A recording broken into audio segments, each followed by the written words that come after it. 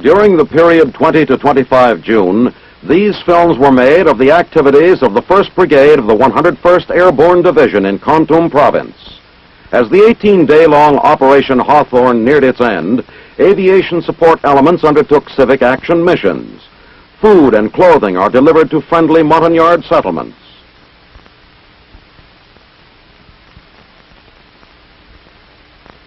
Using helicopters for the MAG-V-sponsored project, remote villages of the mountain tribesmen are visited by American and Vietnamese representatives. Sometimes called Rade, these mountain dwellers build unique and picturesque villages. Finally, the chopper arrives and slowly settles to a landing. The civic action team gets out and the donated clothing and other supplies are removed from the helicopter. The Montagnards gather from all over the settlement for the distribution of the food and clothing. For most of these primitive people, it is the first time they have ever worn the garments of Western men.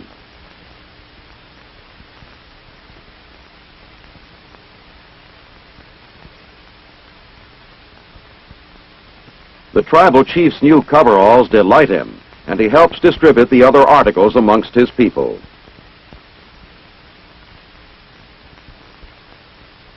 But the mission of this team does not end with gifts of food and clothing.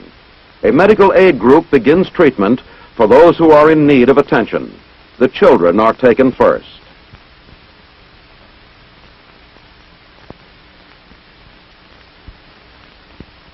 Here in the remote mountain communities, there is no professional medical care available, and these people look forward eagerly to the visits of the American medics and their Vietnamese assistants.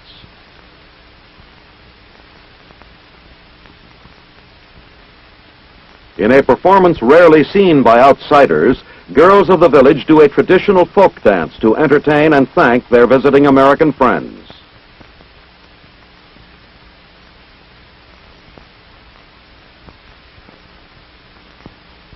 Oriental gongs of several sizes and a variety of tones are used to set the rhythm for the dance. From earliest childhood, these tribal daughters are taught the ancient dances. At Dak To on the 23rd of June, a victory celebration is held for the 101st. A memorial honoring those who have fallen in battle is flanked by an honor guard of Arvin troops. Brigade Commander Brigadier General Willard Pearson and the commanding officer of the Arvin 41st Regiment lay wreaths at the monument. The ceremonies are hosted by the Arvin Regiment and the people of Dak To. The memorial ceremonies conclude with a Vietnamese bugler blowing taps. Following the ceremonies at the monument, General Pearson and his host go to inspect the display of captured VC equipment being exhibited in the center of town. The enemy's automatic weapons are of particular interest to these Arvin soldiers. In a gesture symbolizing the appreciation of the people of Dak To for Operation Hawthorne, a selected group of airborne troopers are presented with flower garlands.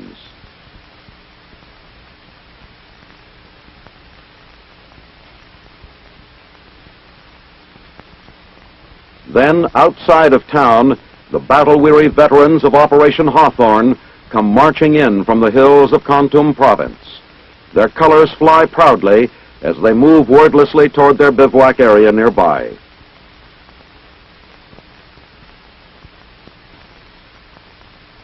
As the dusty troopers pass General Pearson and his staff, their commander salutes them. In 18 days of rugged mountain and jungle fighting north of Dak To, these tough combat veterans met and defeated the enemy in repeated heavy contact. Enemy losses were reported at 570 killed in action, 22 captured. Pretty girls come out to offer the returning men a cooling drink.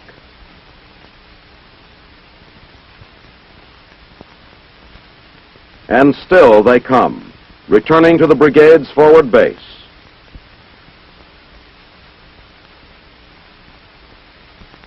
At the bivouac area, the men sit in front of their tents and rest. Some check over equipment.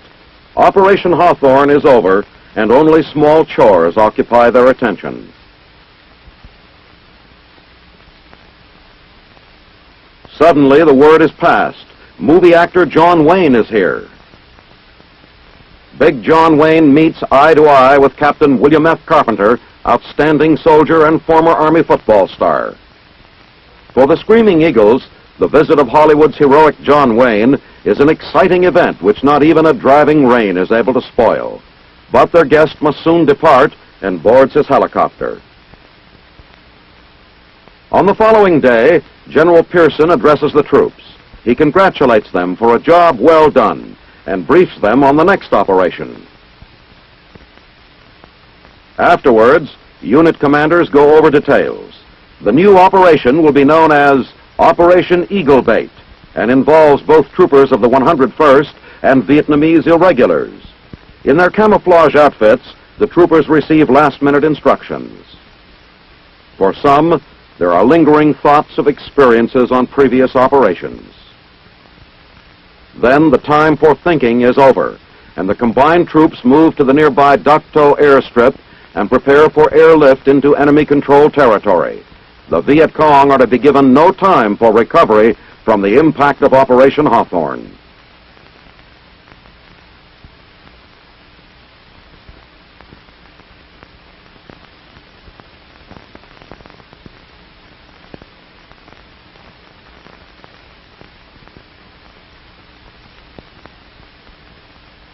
The Pleiku Flight Operations Center provides important air traffic control for the strategic Central Highlands region of South Vietnam. The center is located at the U.S. Army Airfield, Camp Holloway. Its assignment, to monitor all Army flights, including reconnaissance, air supply, and troop-carrying missions.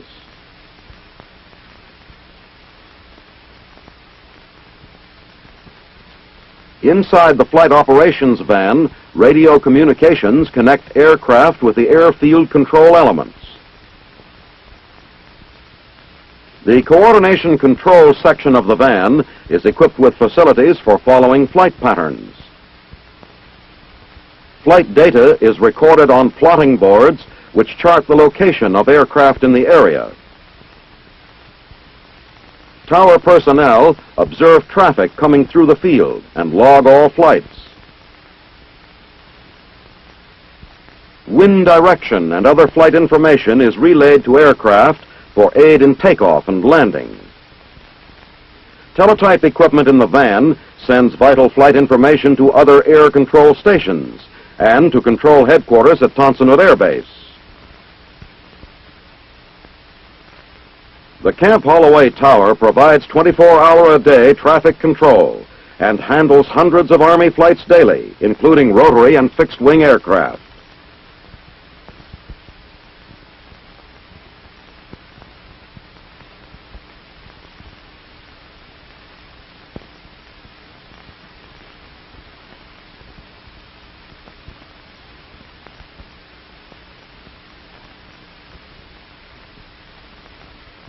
On 25 June at Cam Bay, a company of Army engineers is assigned to construction and repair of pier facilities. Divers trained at Army and Navy diving schools prepare for the operation. This unit is equipped for all types of underwater construction. The gear worn by the divers is for use in shallow water.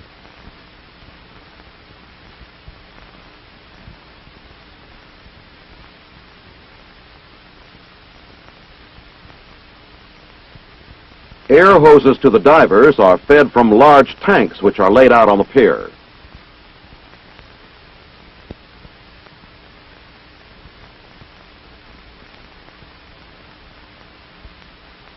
The cross beams on this fuel jetty have rotted through, and new beams have to be installed.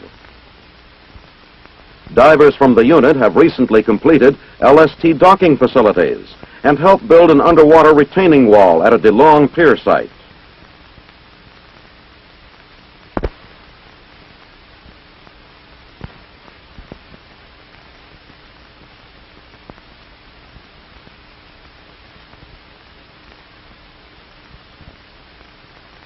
construction of the United States Army worldwide communications facilities continued to move forward in May and June in Southeast Asia. On the northeast coast at Da Nang, Vietnamese women dig foundation trenches for the integrated wideband communication system installation. This system, which primarily utilizes tropospheric scatter for radio wave propagation, provides consistent signals over long distances. Philippine workers also are employed on the job, here seen connecting power cables to a power generator van and aligning a reflector disc. Farther south at Nha Trang is another IWCS site. Antenna locations are surveyed accurately to aim the giant dishes toward other relay stations along the route. Tons of steel I-beams are unloaded for use in the construction. Wooden forms are erected for foundations of microwave antennas. Play-Coup is another link in the communications network. Steel rods are assembled in sections to use in reinforcing the concrete structures. Here is a portion of the concrete base for a 120-foot antenna. A guard tower is being built for use in providing security for the installation.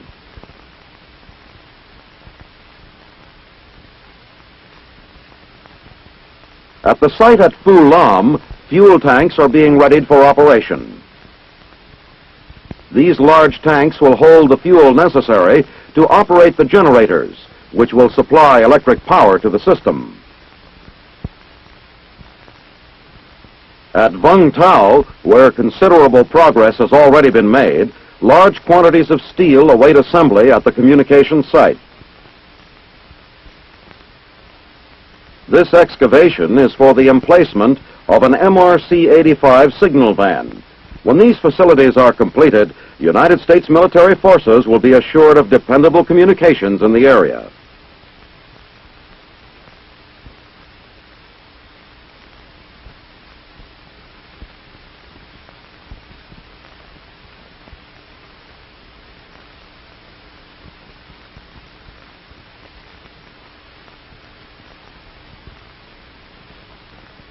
Before dawn, on 28 June, a convoy moves out of Camp Coleman near Santo Domingo in the Dominican Republic.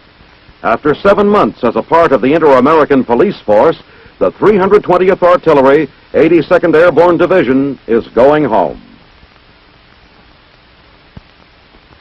En route to Red Beach, its embarkation point, the convoy crosses the Duarte Bridge, which the rebels had barricaded during the height of the fighting. It passes shell-riddled buildings, mute reminders of the battles which had raged here only months ago. Then, a wait at the ocean's edge. On schedule, an LST, the Waldo County, arrives to take on this contingent of the 320th for return to Sunny Point, North Carolina. Other elements of the unit are returning by air.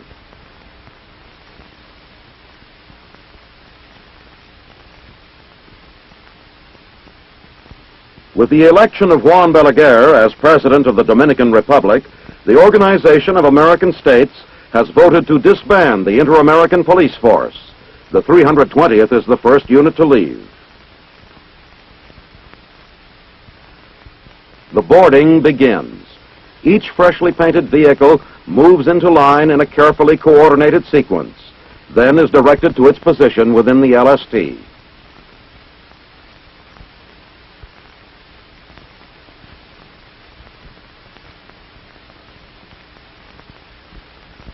When the equipment is aboard, the troops move on to the ship and up to the deck, where they take places along the rail. As the LST prepares to leave, the men are thanked for their service by Brazilian General Alvaro Braha, Commander-in-Chief of the Inter-American Police Force. Then, the Waldo County gets underway on the 4-day trip back home. While the first convoy is moving out to sea, Another section of the 320th arrives at San Isidro Airport. In brief ceremonies, Brigadier General Robert Linville, Commanding General, U.S. Forces, Dominican Republic, commends the troops. Then the men move to their waiting C-130s. Farewells are said as the planes are boarded. Equipment and luggage are loaded. For the 320th Airborne Artillery, it's goodbye, Dominican Republic, hello home.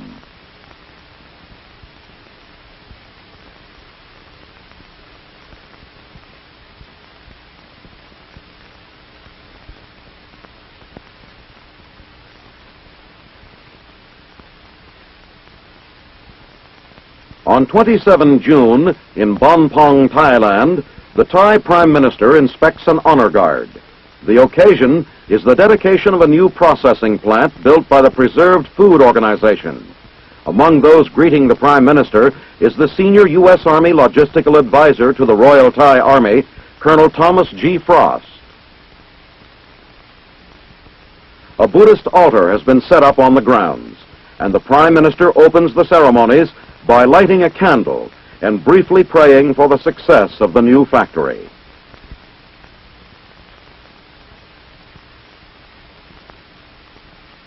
It will turn out preserved foods for the Royal Thai Armed Forces, police, and other government agencies.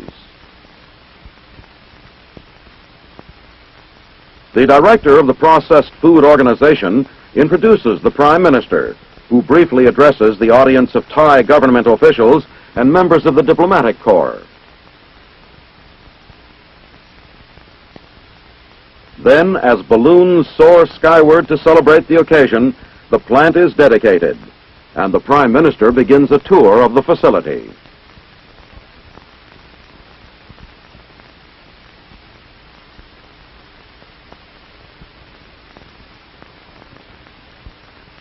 This factory is fully equipped and a modern installation in every respect. The United States government has followed its planning and construction closely. The plant will employ approximately 500 persons when full production capacity is achieved. It represents a significant addition to the Thai economic structure.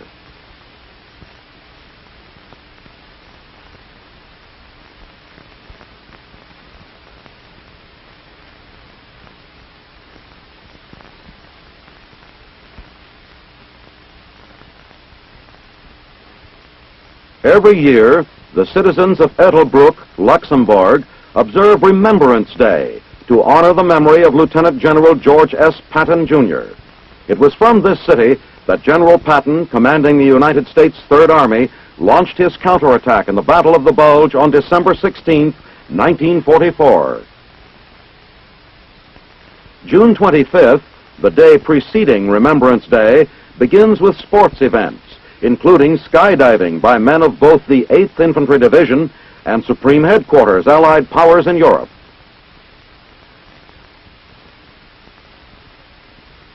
Guests include Mrs. Patricia Roberts Harris, the U.S. Ambassador to Luxembourg, and Lieutenant General Theodore J. Conway, Commanding General of the 7th Army. Thousands of people come out in the rain to see the parade and the ceremonies.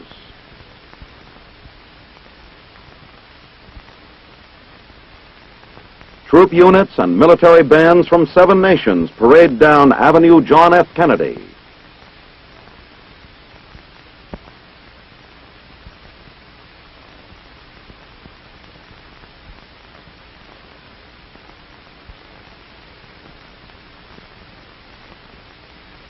Ambassador Harris here delivers a memorial address.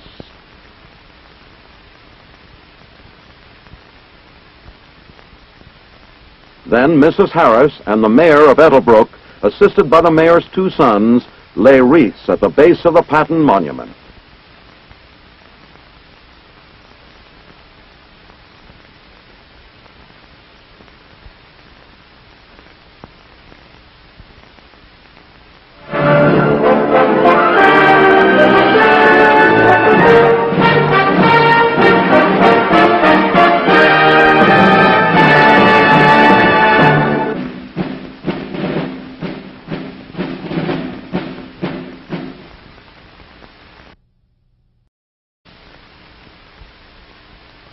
Civic Action Team gets out and the donated clothing and other supplies are removed from the helicopter. The Montagnards gather from all over the settlement for the distribution of the food and clothing. For most of these primitive people, it is the first time they have ever worn the garments of Western man.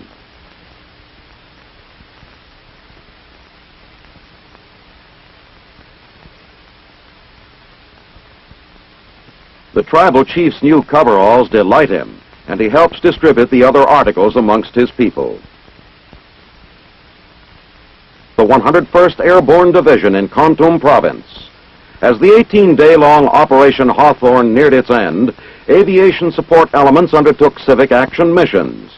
Food and clothing are delivered to friendly Montagnard settlements.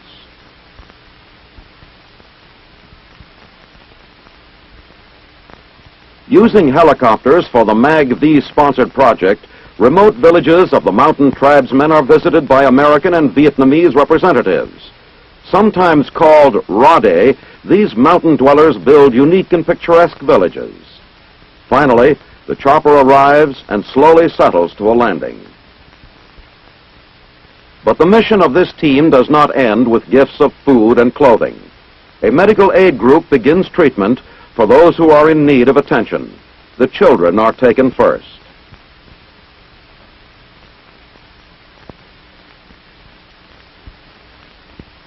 Here in the remote mountain communities, there is no professional medical care available, and these people look forward eagerly to the visits of the American medics and their Vietnamese assistants.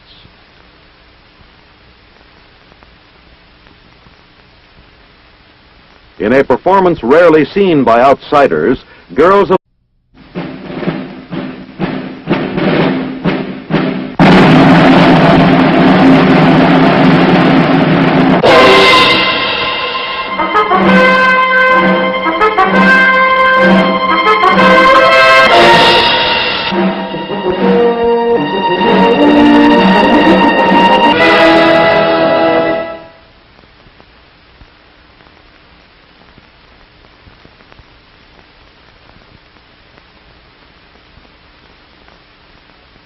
During the period 20 to 25 June, these films were made of the activities of the 1st Brigade of the village do a traditional folk dance to entertain and thank their visiting American friends.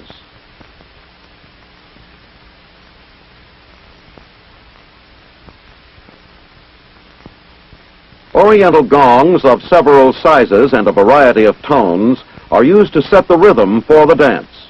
From earliest childhood, these tribal daughters are taught the ancient dances.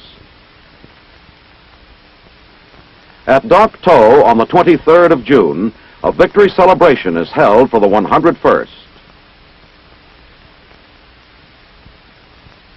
A memorial